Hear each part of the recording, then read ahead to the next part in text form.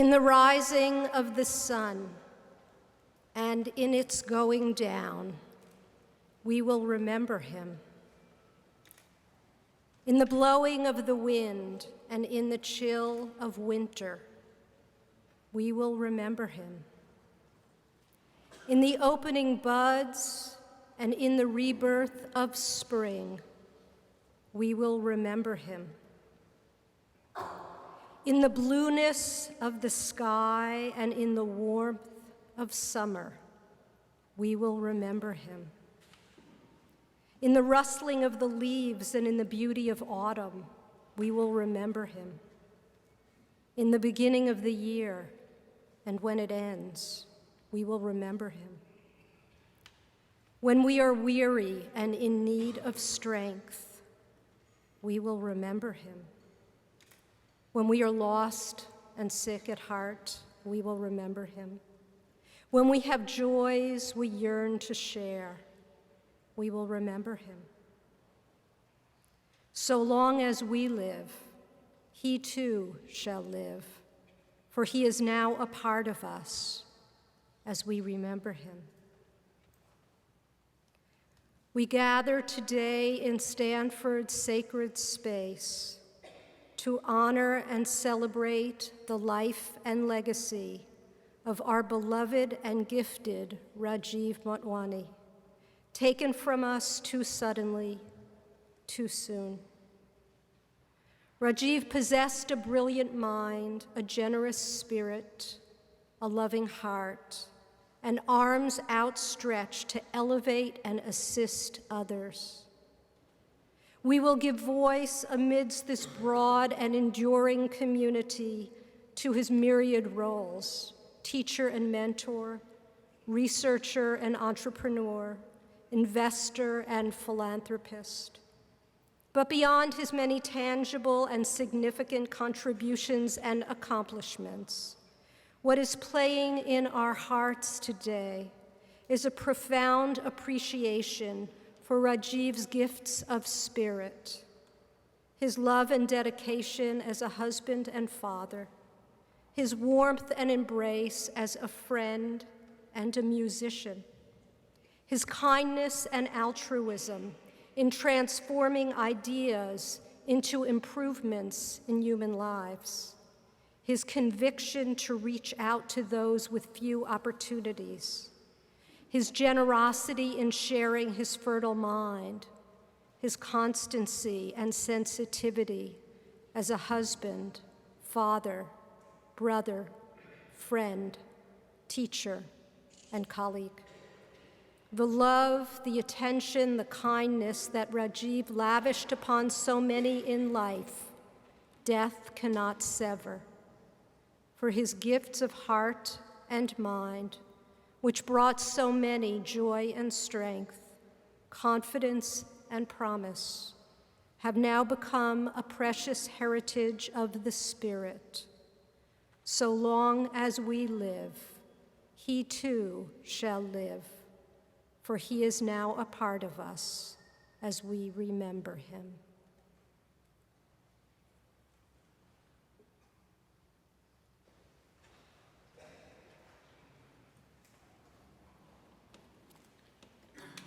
As Stanford's president, I would like to welcome you all, colleagues from Stanford, from Berkeley, and from across the United States, Rajiv's friends and family from here and India, to this celebration of his life and his contributions. On behalf of the university, we'd like to send our deepest condolences to Asha, his daughters, and all the members of Rajiv Motwani's family who are able to be here today. Our celebration today embraces three aspects of Rajiv's remarkable life. We began earlier today with a technical seminar related to Rajiv's incredible interest and contributions to the field of algorithms. We continue here in Memorial Church to celebrate him with a vast community of friends, family, and colleagues, and celebrate all he meant to our lives. After this, we'll have the opportunity to enjoy one of Rajiv's other passions, music, with a concert in Frost Amphitheater by Indian Ocean. It was 20 years ago, after spending a year as a visitor, that Rajiv joined the faculty at Stanford. I remember seeing his reference letters, and I knew from the beginning that we were getting an incredible scholar, an incredible, promising young theoretician.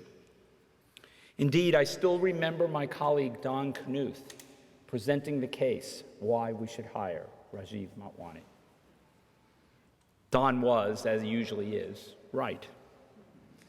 But in fact, we all underestimated the incredible scholar, teacher, advisor, colleague, and friend that Rajiv would become. I had the opportunity to see how Rajiv fulfilled that promise as a fellow faculty member in computer science, and then dean of the engineering school when his tenure case came up. I remember that in that small span of 7 years, Rajiv had not only made some incredible research contributions, but he had become one of the department's best teachers. He had become the co-author of a major new book on randomized algorithms, and he had advised a cohort of truly remarkable graduate students. But Rajiv was not done yet exceeding our expectations.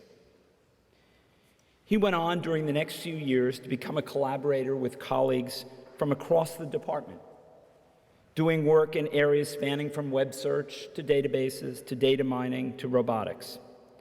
In those collaborations, Rajiv brought not only his own incredible problem-solving skills, but his good-natured collegiality and his generous spirit that made him such a valued partner to his colleagues.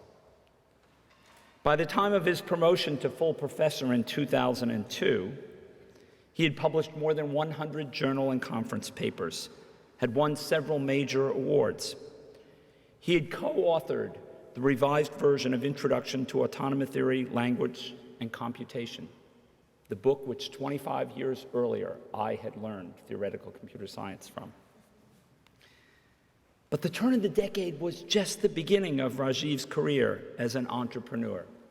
And once again, he surprised us and surpassed our expectations, becoming a highly successful angel investor and advisor to a number of young entrepreneurs and their companies. In the classic American movie, It's a Wonderful Life, the angel who is sent down to save George Bailey says, "Strange, isn't it? One man's life touches so many other lives. When he isn't around, he leaves an awful hole, doesn't he?" Rajiv's life touched so many of us. We were truly privileged to have him as a friend and colleague for so many years, and we will miss him greatly.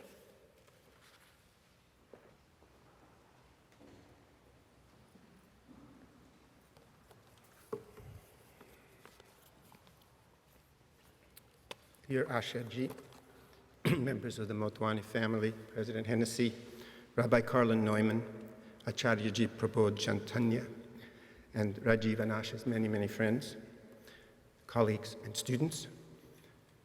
I'm delighted to see you all here on this occasion at which we mourn and celebrate the extraordinary person, this unique manifestation of the spirit we all share, who we knew as Rajiv Motwani. Rajiv may not be physically among us today, but as the Sanskrit saying so aptly puts it, "Nakalusa uparato yasya vallabhajano nusmarati." Truly, he is not gone, whom loving friends remember. It seems particularly fitting that to celebrate so vibrant a person as Rajiv, with so many friends, so expansive in intellectual and social life, and such wide interests in the cultural and spiritual aspects of life, we gather here in a church presided over by a rabbi, under the spiritual guidance of a Hindu acharya. Indeed, as the Hindu Sandhya Vandanam prayer puts it, "Akashat patitam toyam yatha gachati sagaram sarvadeva namaskara keshavam pratigacchati. Just as all the rains that fall from heaven flow at last to one sea, so do all our different prayers to our gods go to the one Lord. I never had the pleasure of meeting Rajiv during his all too brief and amazingly rich life, but we had, it turns out, so many close friends in common that I feel, on the basis of no more than 1 degree of separation, as it were, that in talking with them and with Ashaji, that I did in a way get to know him. Besides, Rajiv was at heart, dare I say it in these hallowed precincts, a Berkeley man. And as a visitor from that other institution, I feel a deep and indeed true blue kinship. In speaking at length with Ashaji, I began to form a sense of this extraordinary individual. Extraordinary not only because of Rajiv's well-known and outstanding accomplishments as a teacher, a mentor, a scientist, and his domestic persona as a loving husband and father, but because of the unique way in which he combined two different ideals. On the one hand, I understand that Rajiv, in his love of good food, good wine, good jazz, good company, was something of what we in Sanskrit call a rasika, a bon vivant, a person of taste who enjoyed life to the fullest. Yet in this, and this is most important, he possessed an extraordinary ability to remain steady and unruffled by the successes and failures and pleasures that are an invariable adjunct of our life in this world. To remain calm and composed and ride serenely above triumph, tragedy, stoic in the face of pleasure or pain, as we call it in Sanskrit, sukha dukkha samaha, is the ideal of the highest type of man, as taught in the immortal teachings of Lord Krishna in the Bhagavad Gita, a text that was very dear to Rajiv's heart. This is the man the text calls the Sthita Prajna, the man of unshakable intellect. Rajiv possessed this quality of stoicism to such a degree that Ashaji sometimes found his capacity for remaining calm a bit frustrating. It was this capacity for detachment and engagement that lent him that rare ability to focus productively on his groundbreaking work without becoming distracted by the material rewards of celebrity that might accompany it. In this, he perfectly exemplified the Gita's famous injunction, karmanyeva dikaraste ma paleshu kadachana, ma karma palahetur buhur ma te sangostu karmani. Your concern is with your work alone, never with its outcome. You should not worry about the results, but neither should you refrain from the work at hand. To attain this level of achievement, in which one can engage fully and productively in one's life's work, without being drawn into grasping for or anxiety about the outcomes, requires a philosophical cast of mind that Rajiv and Asha were exploring in their own lives. A realization that what we do and become here is little in comparison with who, according to Vedantic philosophy, we truly are. So let me close, as Ashaji asked me, with some of the comforting words of the Gita that remind us that the soul of which we are all sparks is beginningless, endless, unchanging, and indestructible. Na jayate mriyate va kadachin nayam bhutva bhavitavana bhuyaha ajo nitya shashvatoyam purano nahanyate hanyamane sharire vasansi jirnani yatha vihaya navani grinnati naroparani tatha sharirani vihaya jirnani Ajnani sanyati navani dehi. It is not born, nor does it ever die. It exists and will never cease to be. Unborn, eternal, unchanging, and primordial, it does not die when the mere body passes away. For it is unmanifest, inconceivable, and immutable. Therefore, knowing it to be so, you should not mourn. May Ashaji and all of us assembled here to remember Rajiv join in seeking this kind of wisdom as taught in the eternal Vedas. Asato ma sadgamaya, tamaso ma jyotirgamaya, mrityormamritam gamayeti. From the unreal, lead us to the real. From darkness, lead us to light. From death, lead us to immortality. Thank you.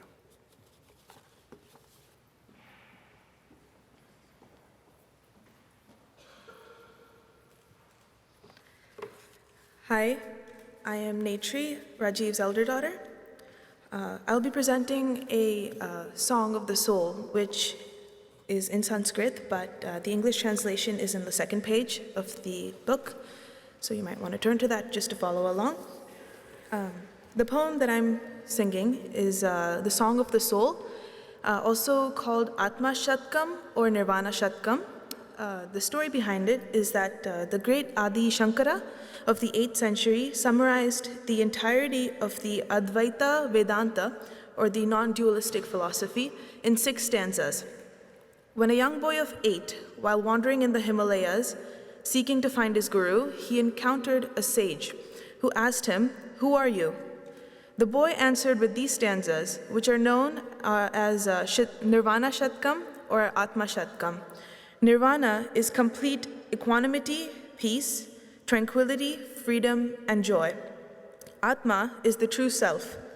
The sage the boy was talking to was Swami Govindapada Acharya, who was indeed the teacher he was looking for.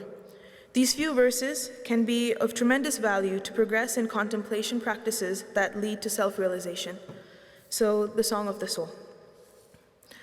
Mano buddhyankara chittani naham nacha shrotra jihve nacha grane netre na cha vyoma bhumir na tejo na vayu chidananda rupa shivoham shivoham na cha prana samgno na vai panchavayur na va sapta dhatur na va panchakosha na vakpani paddham na chopastapayu chidananda rupa shivoham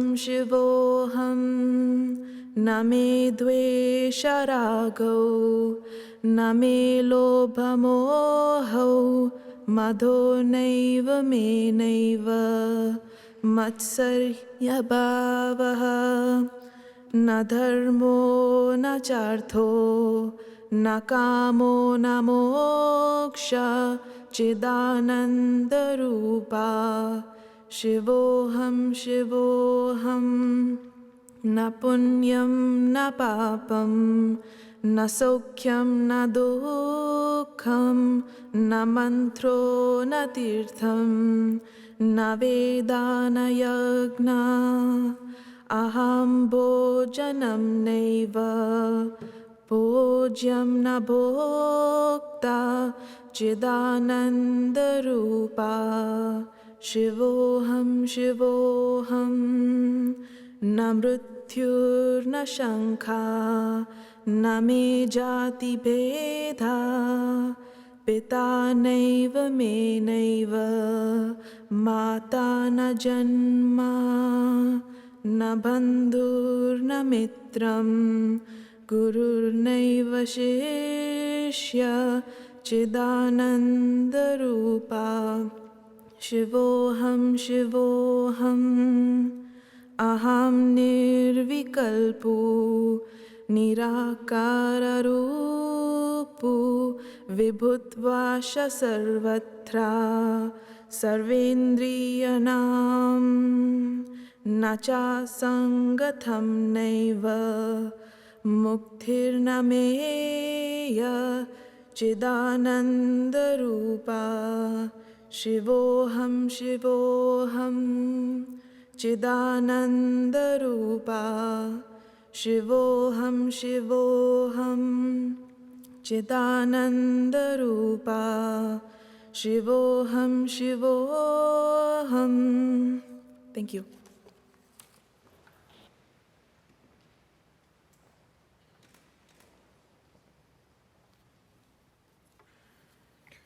Ladies and gentlemen, family and friends, my name is Ram Shriram.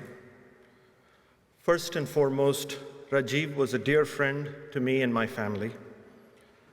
Rajiv was soft-spoken, patient, brimming with intellect, and a deep thinker at many levels on many dimensions. He was also a caring, loving, devoted father to his children Anya and Naitri, and to his wife Asha. He had a zest for life and fun and knew how to enjoy every minute of it. I can vividly remember the good times we had together, whether it was to talk food and wine, what cars to buy, how to raise our kids, managing his finances, or talking about Indian politics, which had no beginning or end. Rajiv had a photographic memory and seemed to have a limitless capacity to remember people, numbers, events, companies, and the like. He was always accessible and approachable, and time seemed to be ever elastic for him. His business acumen rivaled his technical prowess, which made him a unique and potent force in the venture community. Rajiv was a one-man institution. In recent years, he became extremely focused on his health and well-being, worked out regularly, watched his diet, stayed fit, and we traded stories on different tests we used to take. He accomplished a great deal in a short time, which reminds me of a saying, "A candle that burns twice as bright burns half as long." And I will miss these bright and beautiful times we had together. I feel lucky to have known Rajiv. Rajiv's family is with us this evening.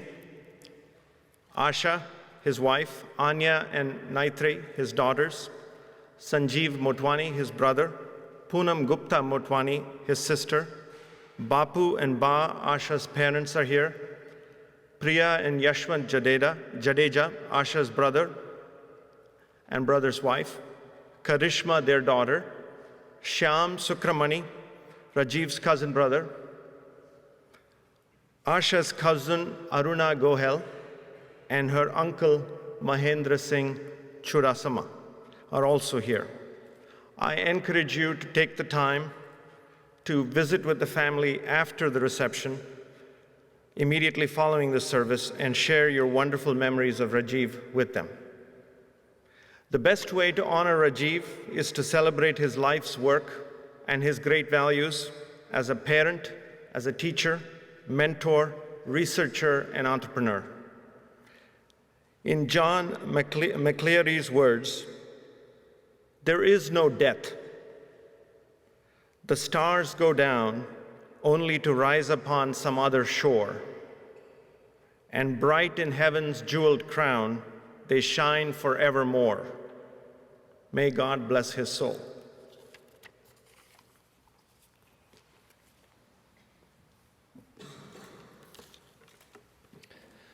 I first got to know Rajiv when I started graduate school. That was about 16 years ago, and I still intend to finish. He remained a really good friend ever since then. I remember that often I would stop by his office, and his door was always open, and I would always be met with a warm glance and a friendly smile. I remember the numerous fascinating conversations I had with him. And yet at first I thought, this is a recent Stanford faculty. How come he has so much time for me? It's pretty strange. And I was just a lowly individual graduate student. But I soon saw that it was not just me.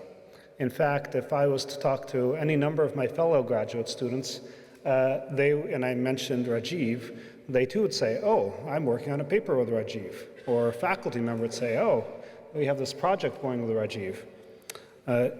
It became clear to me that Rajiv was everywhere at the same time. I wasn't surprised to see him at theory meetings. He was, in fact, a theoretician. But when I would go to database group meetings, of course, he would show up there as well. Rajiv was just everywhere. And he wasn't just there to be present. Every time that I saw Rajiv, my curiosity would be piqued, my mind would be challenged, and my spirit was inspired. You've probably heard now how brilliant Rajiv was across a huge breadth of subjects. And in fact, in all of these meetings, he invariably made insightful and substantial contributions. But he was also able to make others successful in his own subtle and low-key way. When I became interested in data mining, for example, Rajiv helped to create a group that within the computer science department would regularly meet on the subject of data mining, and a lot of great work came out of that. I would say that even though Rajiv was not technically my advisor, almost all of the work that I did, and including the work behind Google, he played an equally important role. When I shifted, because of Google, to entrepreneurship, and I left the world of academia, I was afraid that I would lose touch with Rajiv. But of course, he was there too. And in fact, Rajiv was a longtime advisor to us at Google. And whenever I would meet another entrepreneur in whatever setting, it was pretty likely that Rajiv had a role with that person, giving them a critical insight, making key connection. He was just everywhere all the time. I think that all the people in this room can attest how wide an impact Rajiv made, both in academia and in industry. Now, mathematicians have their Erdos number, and actors have their Bacon number. I think here in technology and Silicon Valley, we have our Motwani number. Many of the people in this room, including myself, are very lucky. We have the Motwani number of 1. He directly inspired us, and he directly led us on paths through our lives. And because his door was always open, as I said before, there are probably 1,000 of us with Motwani number 1. Now, if we in turn were to inspire, each of us was to inspire another 1,000 people in the way that Rajiv inspired us, then there would be 1 million people who have the Motwani number 2. And they in turn can inspire others to a circle of incredible size. Like a redwood tree in a forest plants thousands of seedlings that then in turn they grow to form a grove around the original tree. And they spur even more trees still. Rajiv's legacy will live forever. Each of us has a little bit of Rajiv Motwani inside of us. It's a parting gift so that we can try to achieve the standards that he set. I plan to use that gift as best as I can. Every day, I will try to help someone. Every day, I will try to dream up something new. Every day, I will try to teach someone. And every day, I will try to enjoy my life just a little bit more. What better day to start than today? I'm sure Rajiv's spirit will be smiling upon us.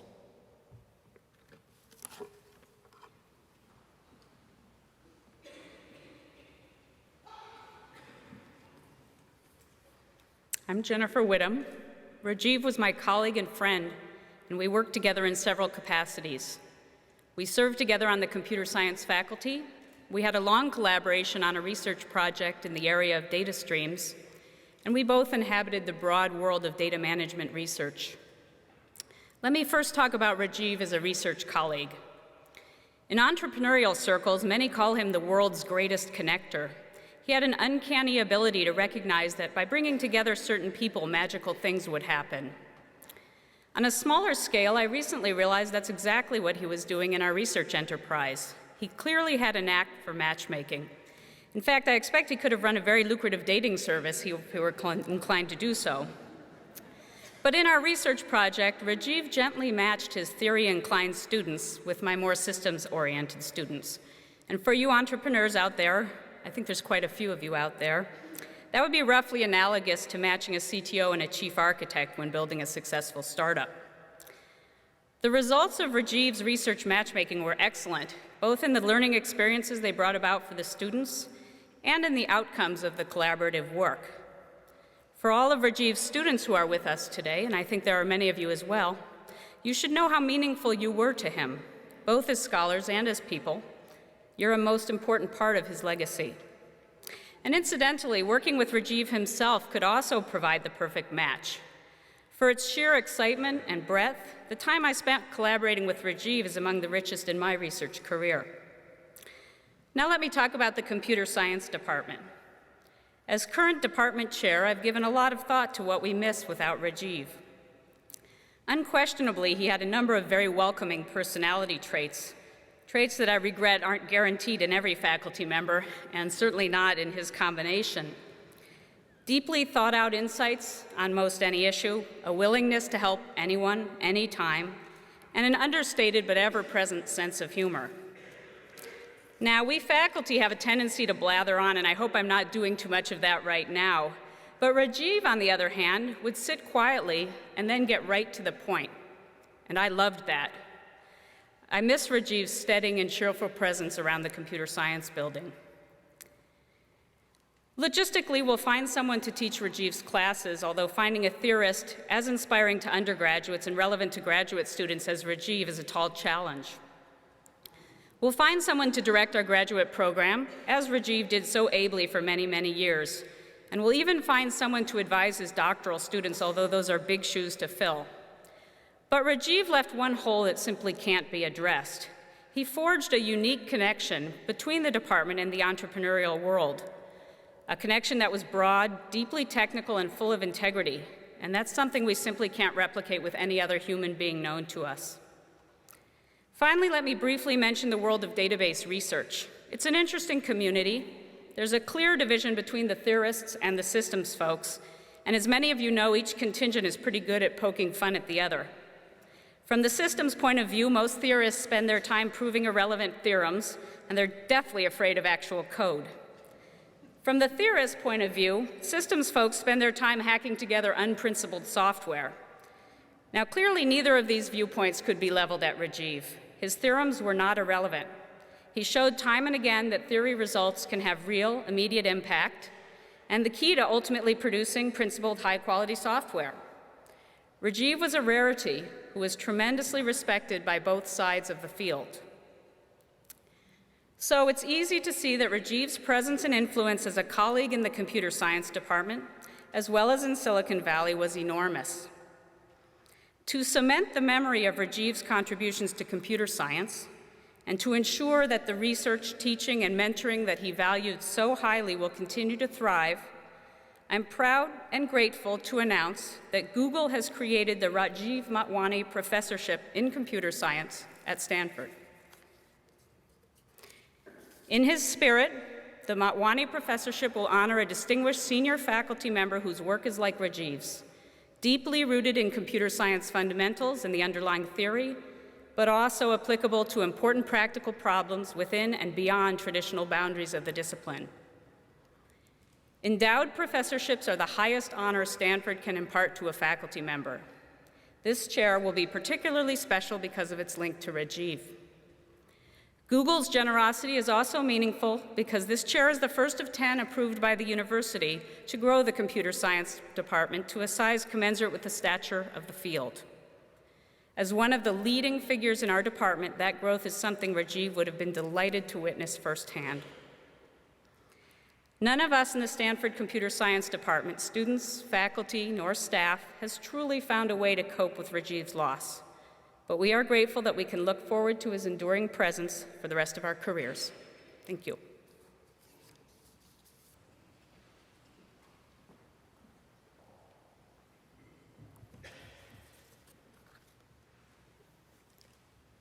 My name is Sepp Kambar.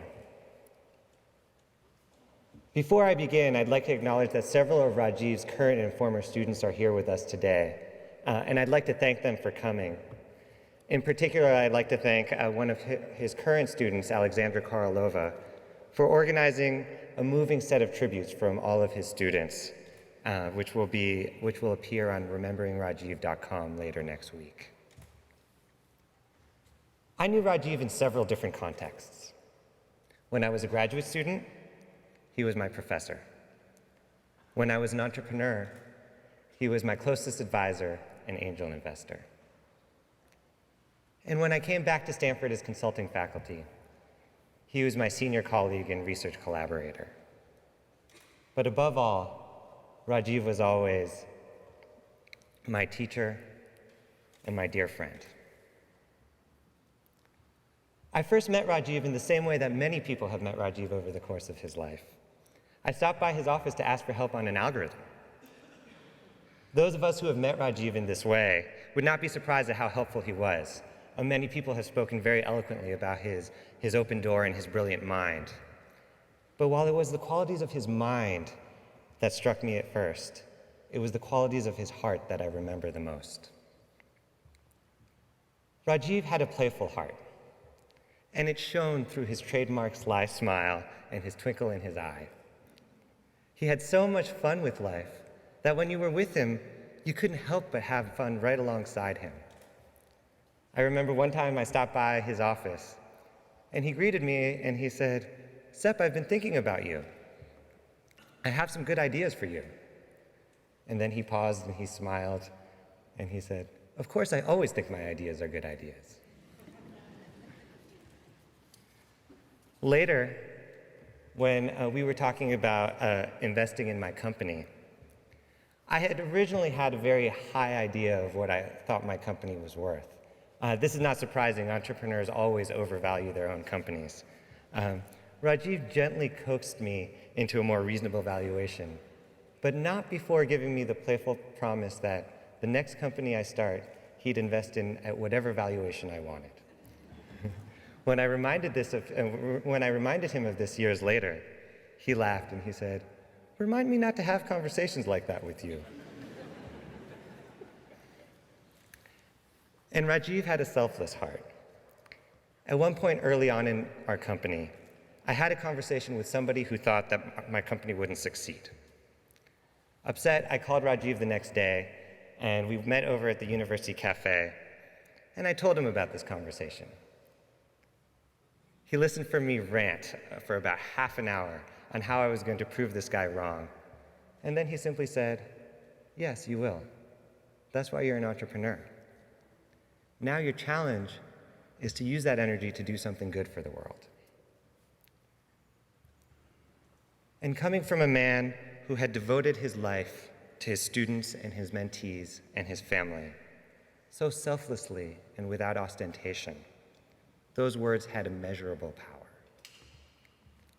You see, I always regarded Rajiv as my teacher, but what I thought he taught evolved over the years that I knew him. First, I thought he was teaching me about computer science. Later on, I thought he was teaching me about entrepreneurship. But it was not until much later that I realized what Rajiv knew the whole time, that what he was really teaching me is life and how to live it. And Rajiv did not teach me by lecturing me or by telling me what to do. He taught me by being a great man and inspiring me to follow in his example. The Buddhist monk Thich Nhat Hanh once said the following about his mother's passing. "The day my mother died," he said, "I wrote in my journal, 'A serious misfortune in my life has arrived.' I suffered for more than 1 year after the passing away of my mother. But one night, in the highlands of Vietnam, I was sleeping in my hut in my hermitage. I dreamed of my mother. I saw myself sitting with her, and we were having a wonderful talk. She looked so young and beautiful, her hair flowing down. When I woke up, it was about 2 a.m, and I felt very strongly that I had never lost my mother. I understood then that the idea of having lost my mother was just an idea. It was obvious in that moment that my mother is always alive in me. And when I think about how Almost 10 years after Rajiv first helped me with that algorithm, I still try to emulate his playfulness, his thoughtfulness, and his selflessness. And when I think about how I still try to make him proud, I know that Rajiv is still alive in me, as he is in all of us. He is in the twinkle in the eye of the excited entrepreneurs whom he mentored, and in the bright-eyed curiosity of the students whom he taught. He is in the gentle smile of the mentors who have learned from his example, and in the thoughtfulness of the professors who took him as a role model. And he is in the love and generosity of his family, his friends, and everybody whom he had touched. And I know that he is smiling.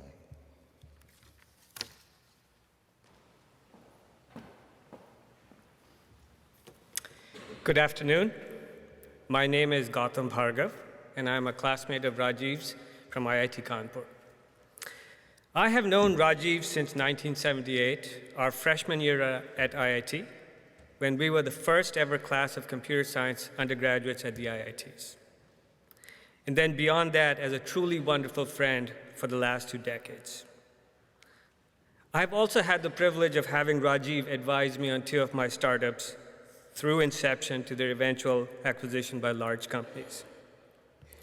I've known Rajiv as a teenager, a fun-loving rock and roll and party guy, a super smart classmate, a world-class academic, and as a board member with amazing business savvy. Our hearts are still filled with grief, and the hurt hasn't gone away. But today we are here to celebrate Rajiv's life. I want to take the next few minutes to talk about Rajiv's fun-loving side, right from his early days. Stuff you would never, ever find on Wikipedia. Let's rewind to our IIT Kanpur days. Hardly anyone in those days called him Rajiv. To us, he was, and still is, Mots, which was perhaps not short for Motwani, as you would expect, but rather short for Motwain. As our friend Mohan Ram, who's somewhere here, I'm sure, recalls, for some reason, we always had a story going that this was Motwain, the younger brother of the movie star, John Wayne. But this alleged younger brother of John Wayne was never seen wearing a 10-gallon Stetson. He was most often seen in a kurta, jeans, chappals, with his cloth book bag slung across his shoulder. Now, everyone knows here about Rajiv's amazing brilliance.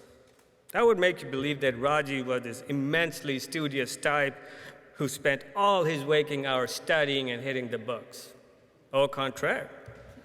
Rajiv was an incredibly fun-loving guy, always ready for a party. In his dorm room, next to his bed, would be a stack of science fiction novels waiting for eager consumption. Rajiv would spend endless hours solving the hardest crossword puzzles you could find, playing bridge or volleyball, and hanging out with friends. Then he would magically show up at these exams and tests and ace them. Go figure. Now, if a course was crazy hard, say like one on number theory, Rajiv would effortlessly breeze through it with amazingly elegant answers for even the hardest problems. However, if the class was quote-unquote easy, Rajiv would lose a little interest. Rajiv thought time could be better spent listening to music, hanging out at the canteen, eating hakka chowmein or anda parathas. I'm sure some of you know what those are. Similarly, as our friend Jaydeep recalls, during his Berkeley days, Rajiv spent quite some time in deciding on his thesis topic and didn't publish any academic papers in his first 3 years. Not because he couldn't, but rather because he considered many of the problems way too simple to solve. People who didn't know Rajiv considered that really risky. You're 3 years into your PhD program and have 0 papers. But that was indeed the quintessential, fun-loving, brilliant Rajiv. Of course, once he chose his thesis topic and got going, what he did in the next 3 years is legendary. Now, Rajiv was also quite a music lover, with a particular fondness for rock and roll. During our IIT years, Rajiv was also the audio club secretary. This was indeed a prestigious job, as the audio secretary controlled the keys to the rock and roll kingdom. and he decided when and where the amps and the speakers and the guitars could be made available. As usual, Rajiv took great joy in organizing the audio club and would make all his friends lug these heavy amps and speakers across the campus. When this got too much, he decided, it was more fun to play the bass. His favorite tune for riffing on bass was Badge. Later, he started doodling on the keyboard. And as our friend Madhavan recalls, they only played songs which were in the key of A minor, so Rajiv could play on the white keys only. Now, Rajiv could also create musical wonders with another instrument. You just had to hear him use a wine glass and a fork to play the chimes for the Bollywood hit Chura Liya Hai. You had to be there. As is the case for a lot of us, our college years are a big part of our life. It was no different for Rajiv. IIT Kanpur was a big part of Rajiv's life. In his case, though, Rajiv was a big part of the IITs. For our graduating class's 25th anniversary gift to IIT Kanpur, Rajiv was instrumental in helping set up a curriculum for entrepreneurship, something very unusual at the IITs. The Pan-IIT movement, which represents all the IITs and not just IIT Kanpur, just recently instituted a Lifetime Achievement Award. And the first recipient of this incredibly prestigious honor is Rajiv Motwani. The hurt is still here in our hearts, and I can often imagine Rajiv on the other end of the phone line saying, GB, this is Rajiv. But we're here today to celebrate Rajiv's life. To paraphrase a shlok Professor Goldman read, if to be alive is to be remembered and celebrated by others, I'm sure Rajiv will live amongst us forever. Thank you.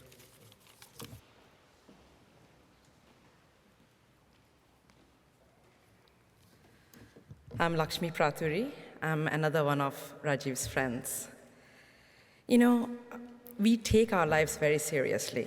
We fret over meetings, we toil over presentations, and we want to meet revenue targets, and we give those moments of stress and angst the most importance in our lives.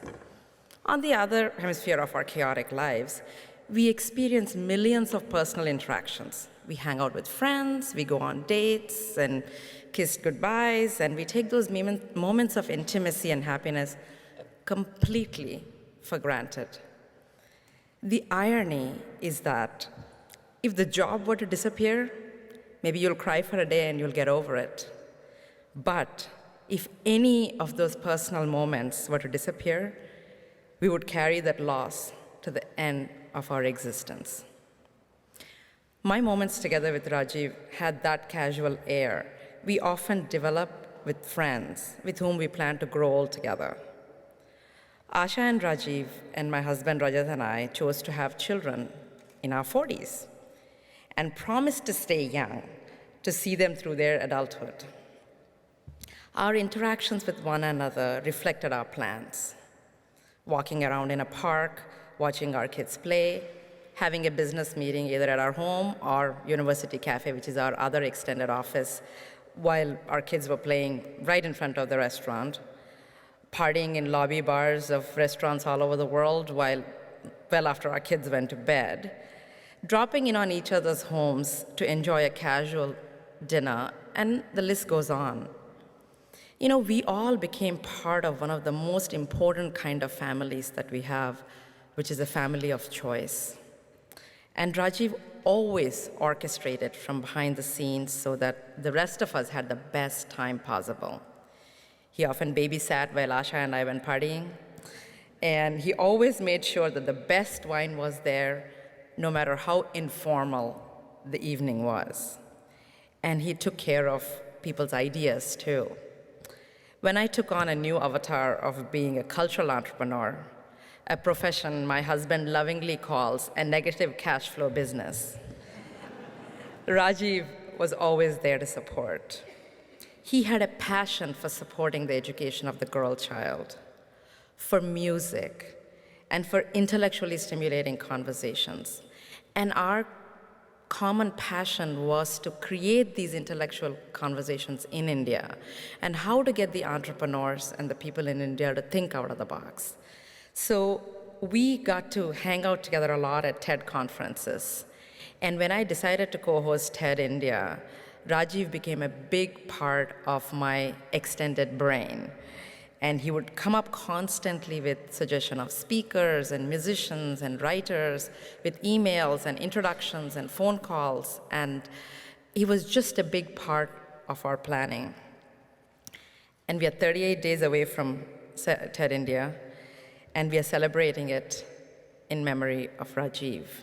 We're all going to be together in Mysore, and I'm going to miss him deeply, but I know he's going to be right there, making sure that everything goes just fine. And I welcome one and all of you to join anything and everything Rajiv was involved in one way or the other. So I want to end my talk today with a poem from Gitanjali by Tagore, because I started thinking of what would Rajiv say if he was here today? How would he bid his farewell? And I think this is what he would say. I was not aware of the moment when I first crossed the threshold of this life. What was the power that made me open out into this vast mystery like a bud in the forest at midnight? When in the morning I looked upon the light, I felt in a moment that I was no stranger in this world, that the inscrutable without name and form has taken me in its arms in the form of my own mother. Even so, in death, the same unknown will appear as ever known to me. And because I love this life, I know I shall love death as well. The child cries out when from the right breast the mother takes it away, in the very next moment to find in the left one its consolation. When I go from hence, let this be my parting word, that what I have seen is unsurpassable. I have tasted of the hidden honey of this lotus that expands on the ocean of light, and thus I am blessed. Let this be my parting word. In this playhouse of infinite forms, I have had my play, and here have I caught sight of him that is formless. My whole body and my limbs have thrilled with his touch, who is beyond touch. And if the end comes here, let it come. Let this be my parting word.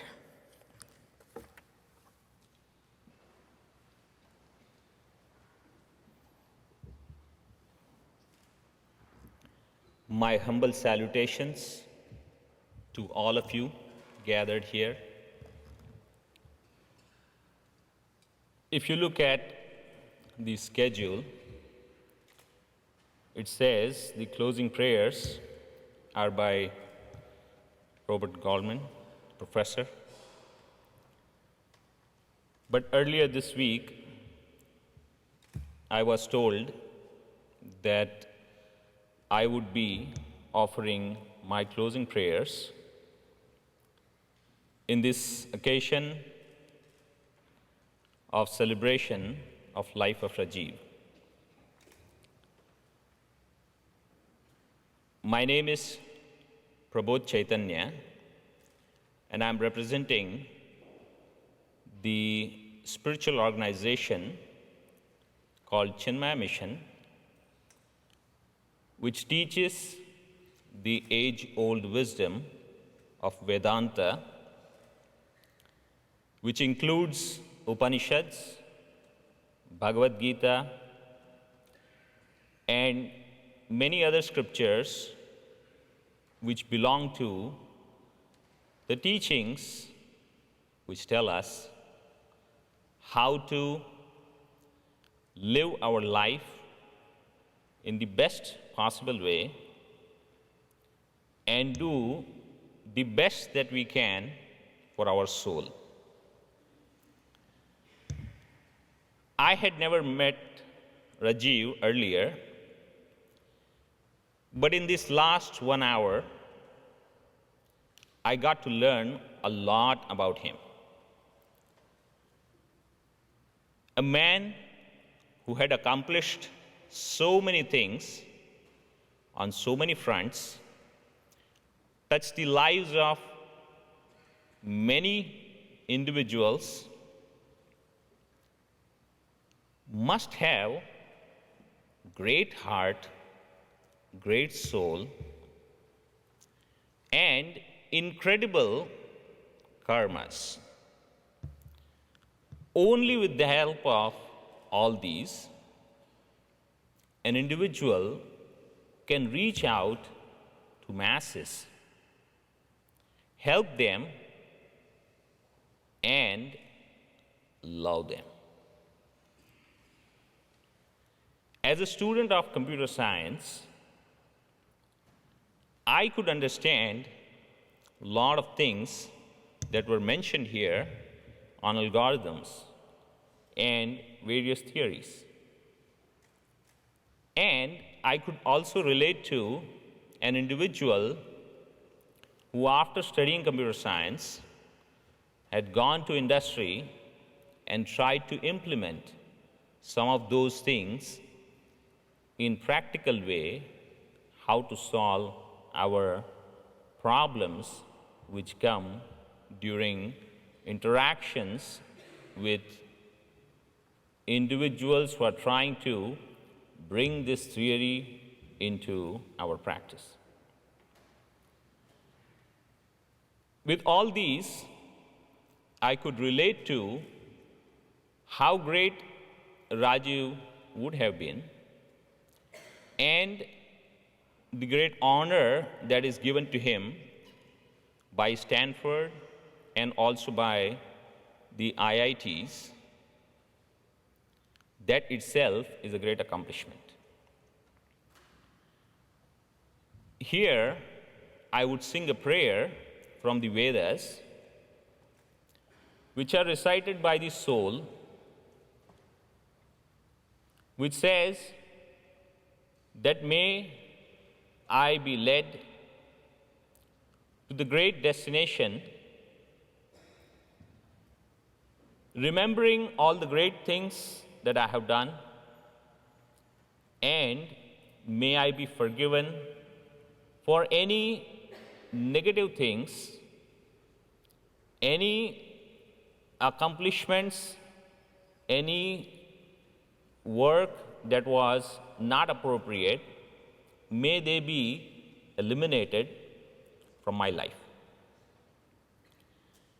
Agne naya supatha raye asman vishwani deva vayunani vidwan yuyodhyasma juhuranameno bhuishtham te nama uktim vidhema bhuishtham te nama uktim vidhema. The soul is offering its salutations to that divine power, the truth, the eternal existence consciousness that Naitri recited the poem on. Chidananda Rupa Shivoham Shivoham. That great truth may it lead me to the bright path, and may the great deeds of my life carry me further. The eternal soul never dies, and it was never born. The stanzas that were recited by Professor Goldman from Bhagavad Gita, they reflect This eternal truth, which we all want to enjoy, which we all want to accept as our true nature. May that truth always shine forth in our heart, and may we remember that Rajiv was that name and form that appeared to accomplish great things in life, to inspire many, and now has set forth to take up some new role, and as required shall play that role. Thank you.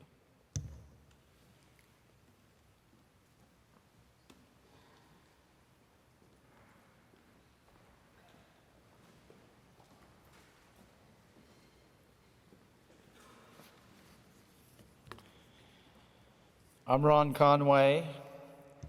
I met Rajiv and Asha shortly after the founding of Google, and we have been fast friends ever since.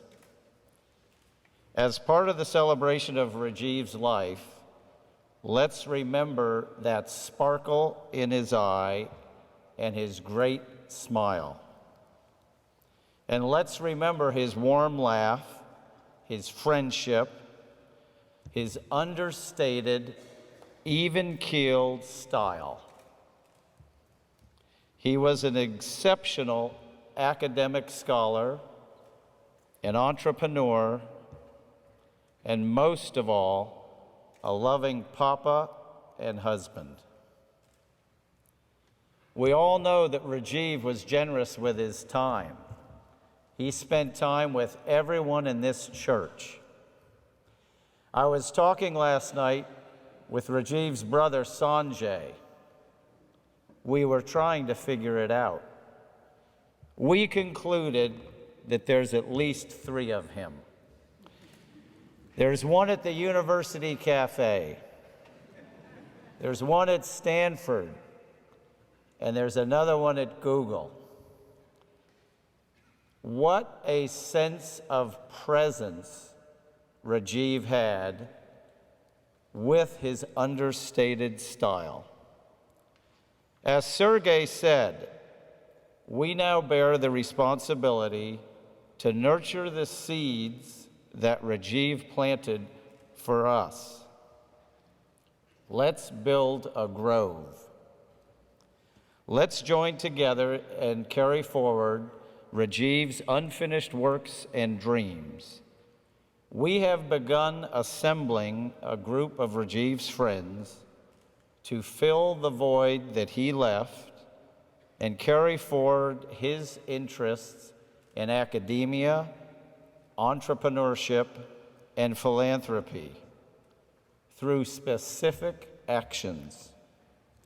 So stay engaged and increase the Motwani 2 factor that Sergey told us about. If you go to the program, we have dedicated an entire page to stay engaged. Please enter your email address on the website that just opened, www.rememberingrajiv.com. Actions speak louder than words.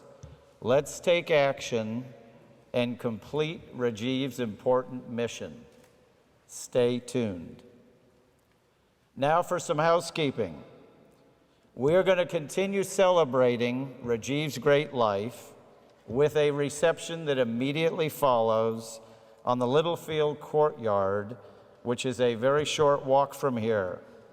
There are ushers that will show you the way, but in general, it's that way a few minutes.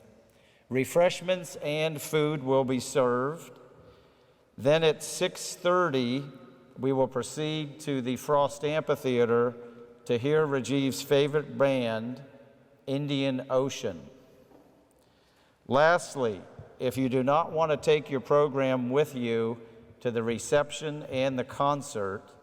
There will be a limited number of these programs after the concert.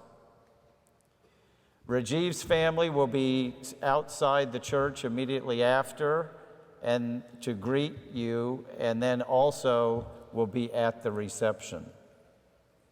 So on behalf of Rajiv's family, we want to sincerely thank you for joining us and sharing in the celebration of his great life. Thank you.